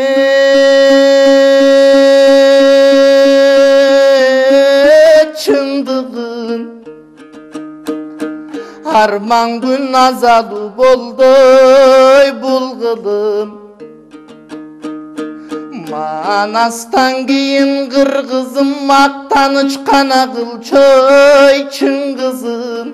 Учурда соңкобондордун бири Арузатым сыяктуу чыгарымдары чылгый таланттын чырактай жанып турганынан кабар берет. Арузатым ай чырагым аппагым, сени көрүп мен тазара баштадым.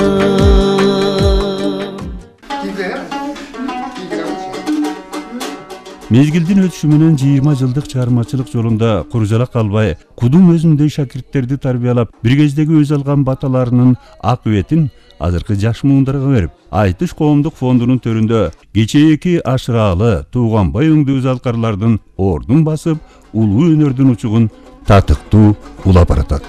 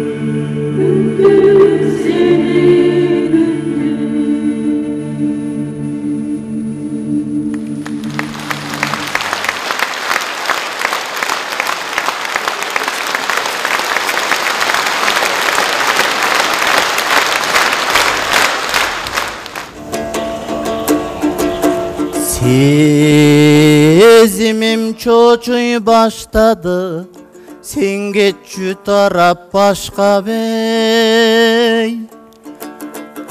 Күбүлүп түшүп жалбыракта, күтпөйбү жазда баштагы.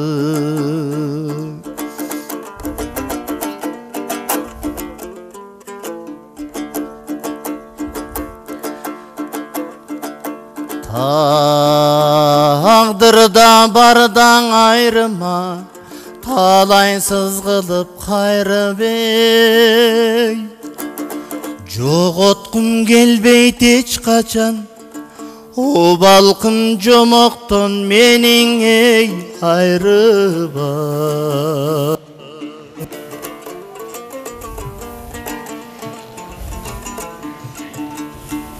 Жан дүйнөм жүргөн кезде жараланып, жан сырым төккөн элем сага барып, жаагымды алаканың аста асылап, жаш кеткен жүзүң ылдый салааланып. Ширин-ширин аңгеме сүйлөп берип, жаш болсоң да сен көптү түшүнчүсүң. Жазгы гүлдөй мен үчүн жайнап чыгып, жалбырактай кээдөксүң, үзүлчүсүң. Биз үчүн биринде кең, биринде тар, өмүрдүн жылдар айлар мүнөтү бар. Менин бир эски жаман альбомумда сенин бир жакшы түшкөн сүрөтүң бар.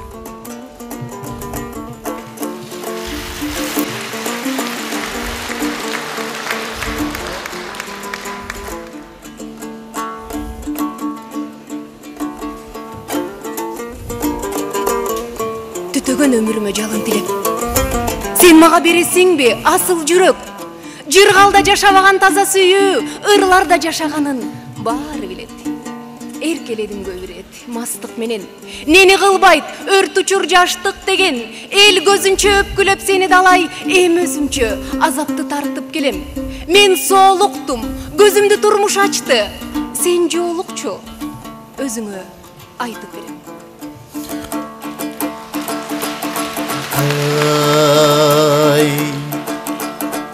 Тағдырда бардан айрыма, талайсыз кылып кайрып ей. Жоготкум келбейт эч качан, эчиркин жомоктон менин эй айрыба. Дабышын укпай жүрөктүн далайдан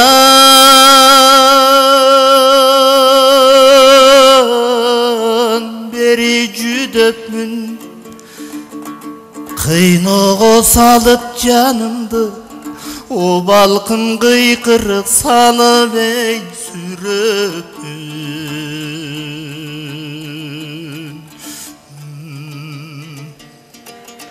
Жаз келди, жайып жашыл килемдерин, келгендей келбес жайга жибергеним. Сирендер жыпар чачса сени эстейм, сиреним, сирендерим, силер менен. Бул адат кайдан мага калган билбейм. Адашкан арманымды жаздан издейм. Жаң ачкан бүчүр бойдон калсак гана, жашынып кеткичекти жалган бизден.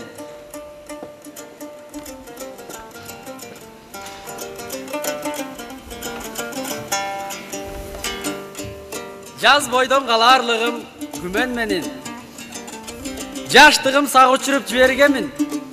Бирок сен жүрөгүмдүн жазы болуп, түбөлүк калышыңды билер дедим. Сен эстеп жашай берем ойдо сонун, мен үчүн андан артык болбос орун. Сезбесмин бул дүйнөдө кайгы барын, сен болсоң уктатарым, ойготорум. Көз күйөт, көрүп жаздын сирендерин, жаштыктын жашап коюп ширин жерин. Муңайдым, муңайбаска аргам барбы, мунарым, муң арманым силер менен. Естесем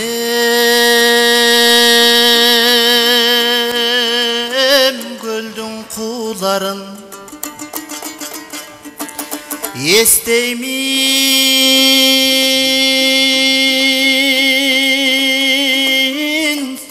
мұнарым Ал күндүн тағын өчпөгөн Ал күндүн тағы өчпөгөн ай Азырда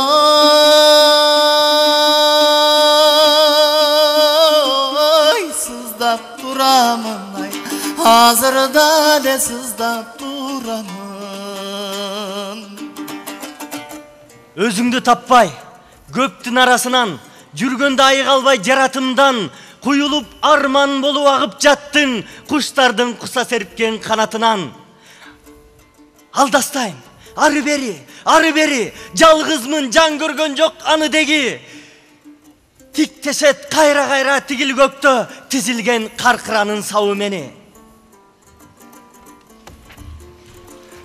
үмүттүн өз өчсө да зарпы калар билгендей махабаттын дартын алар атыңдын баш тамгасын көккө жазып алыска учуп кеткен каркыралар көп жаштар көчө менен ага тулам көрө албай жалгыз сени арасынан атыңдын баш тамгасын тапчу болдум талпынган куштун гана канатынан күн батат таңдар атат агат суулар күйүтүн өчүрө албай жараттуулар муңумдун баш тамгасын эске салып муңайта бербегиле канаттуулар Жан дүйнем балқып қуанды Жақшы сөз бәлкім уғанбай Жолуңуз башқа деп айтып та жүрөктү кылба уранды Айласын ей таппай жанымды алысқа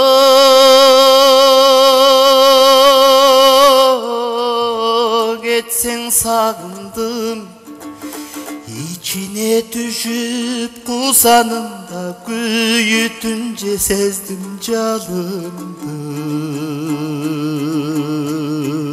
Sen canımda bolgondo aylangan sıyım бүт дүйнөлүк борборго Sen жанымда жок кезде бата берем оор сана ойлорго Кандай болмок караныңды жоктотпой сен экөөбүз бир денеде болгондо Тең ачылып, тең жумулуп көзүбүз, сүйлөгөндө бирдей чыгып сөзүбүз, бөксөргөндө бир бөксөрүп, толгон кезде бирдей толуп көнүбүз. Бир ооз менен суу ичип, бир мурундан дем алып, экөөбүздөн согуп турса бир жүрөк, бирдей үмүт, бирдей арман, бир тилек. Ошондо да сени эстеп, элесиңди сагынып, азап чеге берет белем, ким билет? Сен экөөбүз эки жээктей өйүспүйүс жактагы болгон менен ортобузда көл толкундай баштады.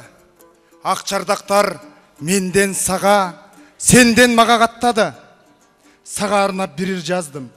Өзүм окуп жүрүүгө, ошол ырдан жан дүйнөмө бир жылуулук кирүүдө. Жүрөгүмө катып алып, ошол аруу дүйнөнү сезимимде бир жаш кайың бүрдөдү. Сен жакшы түш көрдүң бекен? Мен ыр жазган түндөрү. Көрүшпөсөк мейли дейли. Андан оор бир жери. Кайра келбес асыл кездин кайда калат издери. Мен ыйласам, сенден башка соорот алат ким мени? Али жашсың, аруу затсың, студент кыз татына. Экзаменден башка түйшүк, түшелектир башыңа. Менде болсо турмуш катуу бороондоп, туш тарапка чачууда, тагдыр бурчук таштар менен атууда. Сенин гана мээримиңдин кубаты жетет эле мунун баарын басууга. Али жашсың, аруу затсың, студент кыз татына.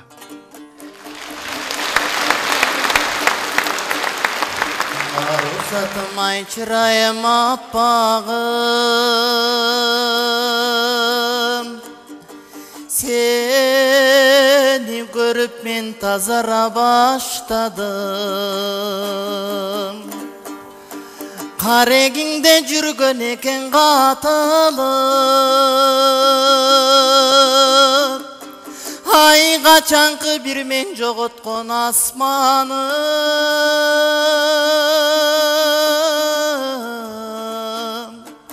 Karaylagan göңүлүмөн nur tolup kayra baştan tөгülöy nur bolup kayran jaştık ötkönçe gayrılbastan ketkençe karındaşım kağılayım mağa bir jolu. Taqdir meni qaalagancha qalchadım. Akın qalsa alıp bütçü, çarçadım. Jaştık uzap ketelekte bir jolu, jaşoo berçi, jaşılınday arçanın. Bir de çurqap, bir de qalıp jörmölöp, bilinbestен mezgil barat öydölöp, baratkanda balbıldagan ot gördüm. Bakıt menden alыс эмес өкдөнөт. Уайымын, сагынычым ырдаган. Угасыңбы, жүрөгүмдү туйлаган. Бүгүн анда бир керемет ойгонду. Бүт ааламдын кеңдигине сыйбаган. Эми мага күн керемет жаркыган. Эми мага түн керемет балкыган. Ырдасам да, жыргасам да жарашат. Жылдыз өссө изин кылып артынан. Билбейм аттың. Эми кандай демекпиз? Бир көрүштүк, жакын тааныш эмеспиз. Антсе дагы аппак таза чыныгы, сезимдерди сакташ үчүн керекпиз. Издейм эми сени бардык тараптан.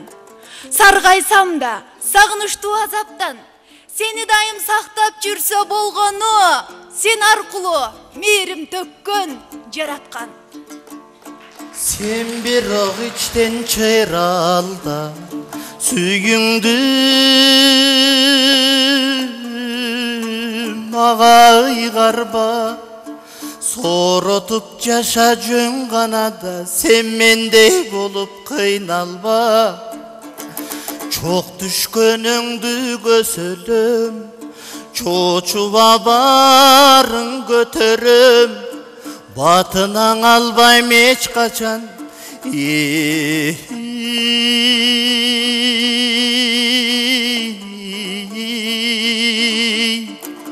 о балкым бар болгон үчүн ай көшөгөм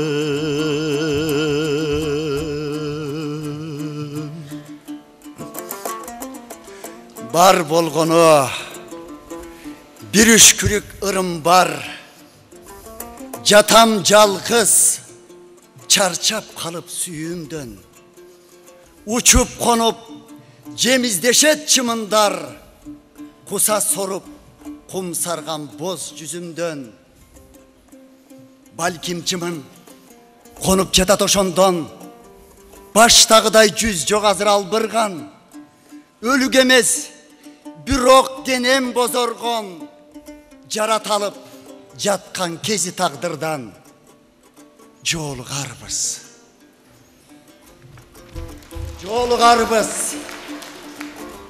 Балким қалдық жолықпай, қайғыр баста, қуан баста күндемін, тирүү жанды чымындарға торытпай, құчағына қатар келсе сүйгөнім. Келбей қойса, анда да қайла жоқ. Erten kimden artığanda geçegim, süyüp durup, sürsüp jatsaң payda жоқ. Süyünün keng talasına ketemin. Жетем дағы, атыңда тап жам берем.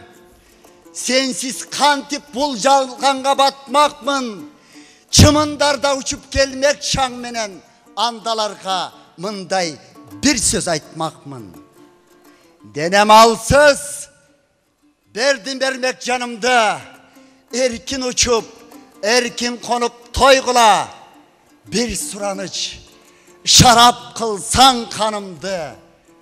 Süyü üçün toz götürüp koygula. Ayğanday can buldun mendeki gelbede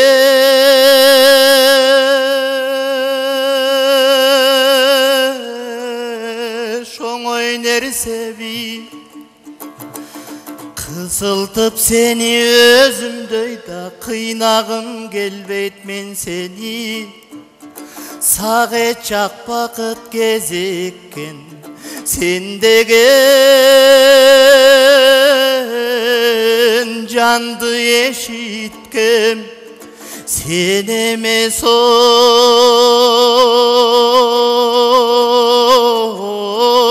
емің арғачан о балқын сүйімді жоқтоймей кечіккен Түйбегіле сүйігі, түйбегіле қолыңардан келбей бе сүйбегіле Сүйі зарын тартпаған сүйі зарын сүйі барын біле бе сүйі барын Ылайланбай тұрмышқа тұнықтығы махаббаттың ошол да ұлықтығы Қағалабай талғапаста алсыздықты қара тұтата көрі жалғыздықты Ақынар жоқ сүйіден ұялуға арзыш қыла сүйгілі қуанғыла Алтын күміш дүйнөңдөн эмне пайда ақ сүйісіз жүргөндөн уялғыла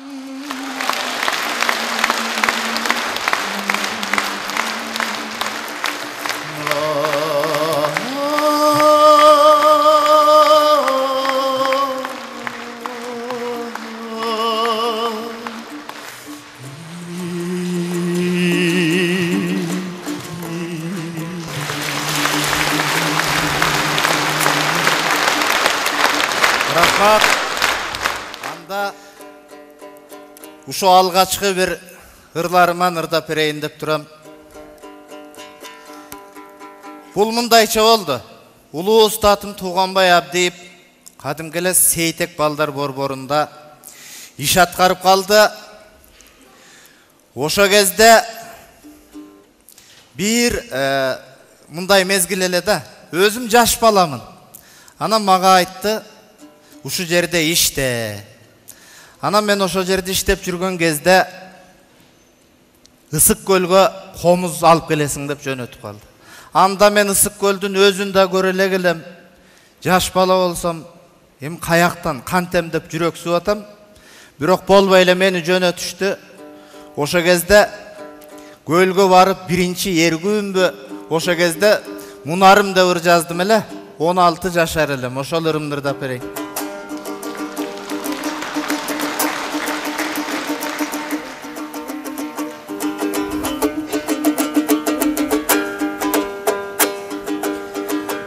Естесем көлдүн кууларын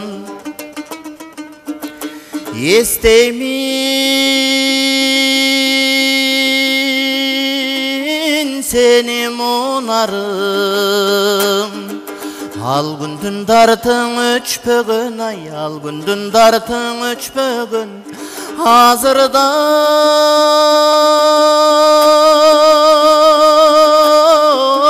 сыздап турамын ай азырда элең ойлоп турамын 16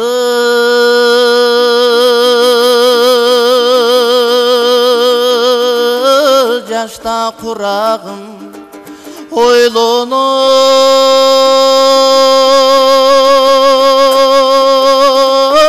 берип курадым оймоктой бала кезимде оймоктой бала чагымда ай ок атып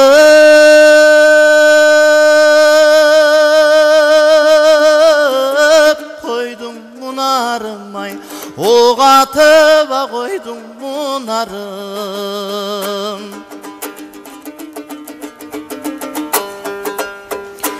Gül dağı turgan meltirep Göngülgö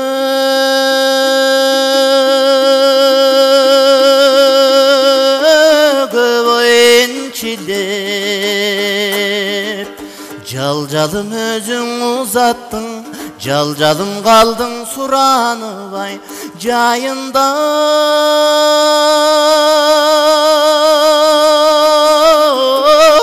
Kayra gelçi dep ay жайында эле дагы келчи деп албырып оттой жанамын айткандан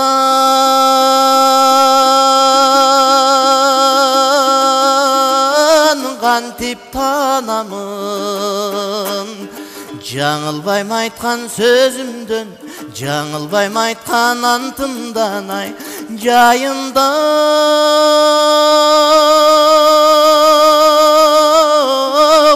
сага барамын ай жайында эле сага барамын сезондо эле кайтып барамын.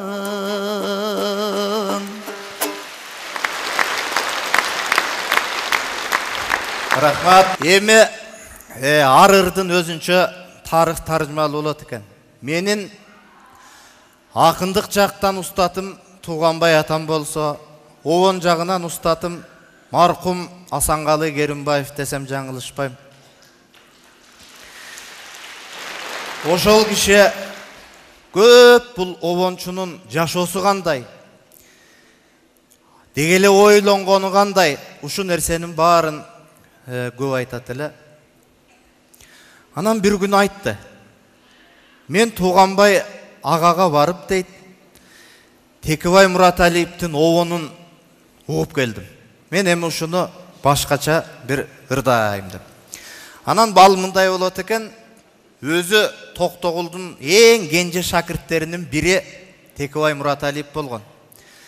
Анан ал киши көп обондору болгон, өзү актер, небир мурастардын баарын өзүнө батырып жүргөн киши, ошонун Акинге деген ыры калганда, анан анын сөзү табылбай калып учурунда Асанкалы Керимбаев агабыз, Абды Сатаров деген акын агабыз бар. Ошо кишиге сөзүн жаздырып алып, анан элге бир сыйра таркап кетти. Бирок кийинирээк мен ойлондум, мунун оригиналы дагы бар болуш керек. Ал болсо кандай деп. Анан ушу кетмен төбөрөнүндө таланттардын дагы бири Керезбек Сакеев деген аксакалыбыз бар эле. Ошо кишиден Акинге деген ыр кандай десем, өзү минтип ырдайт эле деп, кадимкидей баягы келтирип, көз алдыма элесин тартып, тим эле ушу Текебай Мураталиевди көрбөсөм да көргөндөй болдум. Ошол Акинге деген ырды ырдап берейин.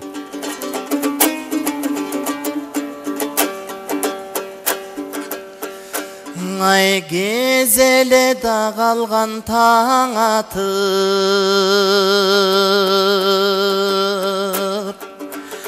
ай кездештик жолдо баратып, ой керме каш сулуу беш көкүла кыялымда жаратып, өтсө экен оу деген өмүрүм, алдаң өзүңө өзүң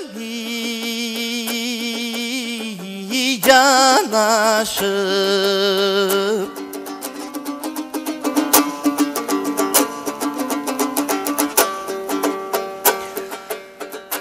Анда кызыл ата минсем оттобойт, ай кыяга да буту токтобойт, эй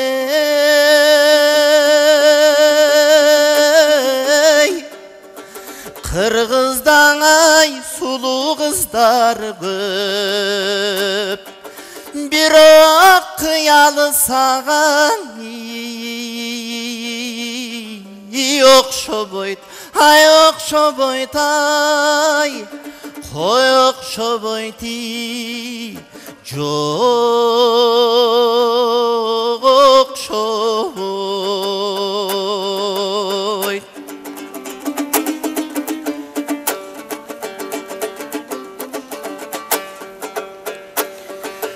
Анда кара кера минсем оттобойт,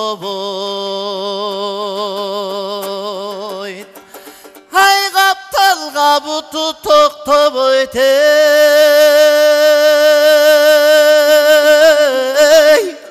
халқымдан ай сұлу қыздар көп бирок кантейин саған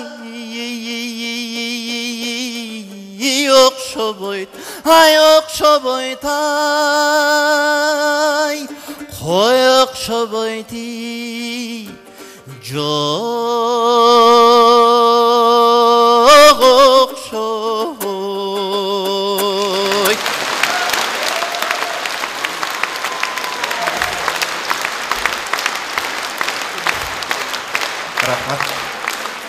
Эми Асакемдин айткан баянын айттым, бирок өзүнүн бир ыры бар эле да. Ушул ырдалбай жүрдү.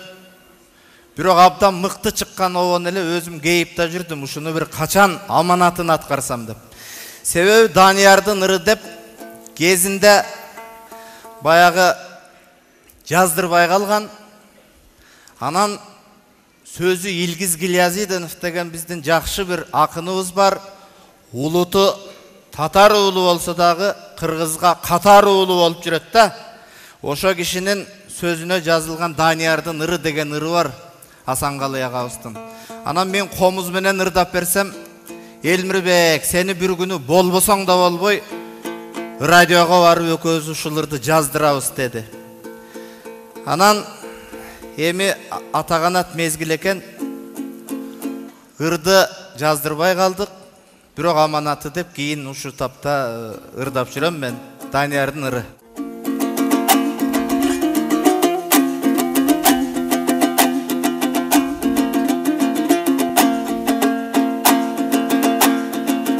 Көз ачып жарыка көрүнгөн, туган жер чыгабы көңүлдөн, күлгүн кез өткөндөй өзүңдөн, гүл терип жайыгың төрүңдөн,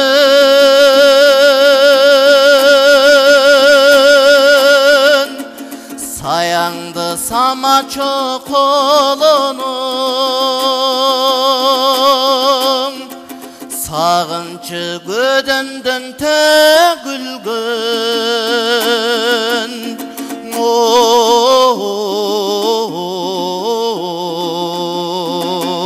ой, саянды сама чоколонуң, сагынчы көдөндөн төгүлгөн, сагынчы көдөндө көргөн.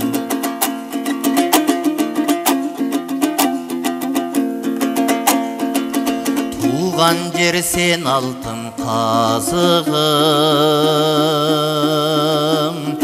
тунуккан солонун назырым, тагдырган арманын айтабы, тапкан жар арзыган ашыгым, каркыра мен болдум издеген,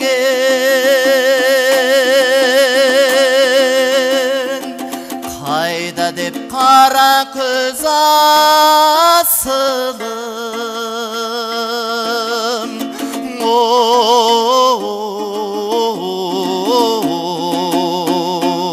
ой, каркыра мен болдум издеген, кайда деп кара көз асылым, кайда деп кара көз ашыгым.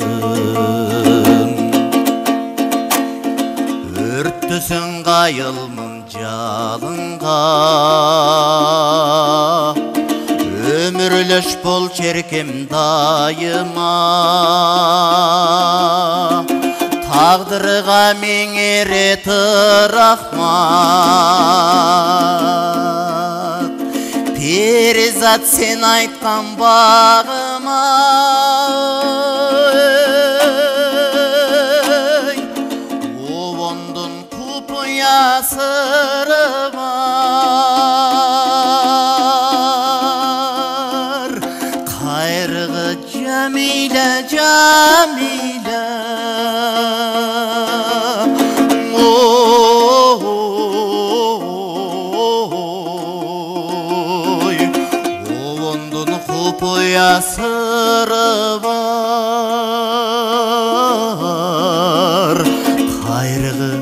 Cemile, Cemile Kayrığı Cemile, Cemile